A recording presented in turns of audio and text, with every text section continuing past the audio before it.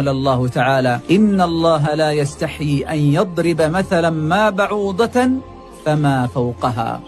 سبحان الله العظيم. ضرب الله مثلا في البعوضة، تعجب الكافرون وقالوا: كيف يليق بخالق الكون أن يضرب مثلا بحشرة صغيرة؟ قال الله تعالى: وأما الذين كفروا فيقولون ماذا أراد الله بهذا مثلا. وبعد مرور 1400 سنة تظهر المفاجأة الكبرى والآية العظيمة: البعوضة أنثى لها 100 عين في رأسها، لها 48 سن في فمها، لها 3 قلوب كاملة في جوفها، لها 6 سكاكين في خرطومها، ولكل واحدة منها وظيفتها، لها 3 أجنحة في كل طرف من أطرافها، مزودة بجهاز حرارة يعمل مثل نظام الأشعة تحت الحمراء، ويعكس لها لون الجلد البشري في الظلمة إلى لون بنفسجي مثل أنظمة الرؤية الليلية التي يستعملها الجنود، مزودة بجهاز تخدير موضعي يساعدها على غرز إبرها في جسم الإنسان دون أن يشعر أو يحس بقرصتها حتى تمص الدم، مزودة بجهاز تحليل للدم فهي لا تستسيغ أي دماء، مزودة بجهاز لتمييع الدم حتى يسري في خرطومها الدقيق جدا أثناء عملية المص، مزودة بجهاز للشم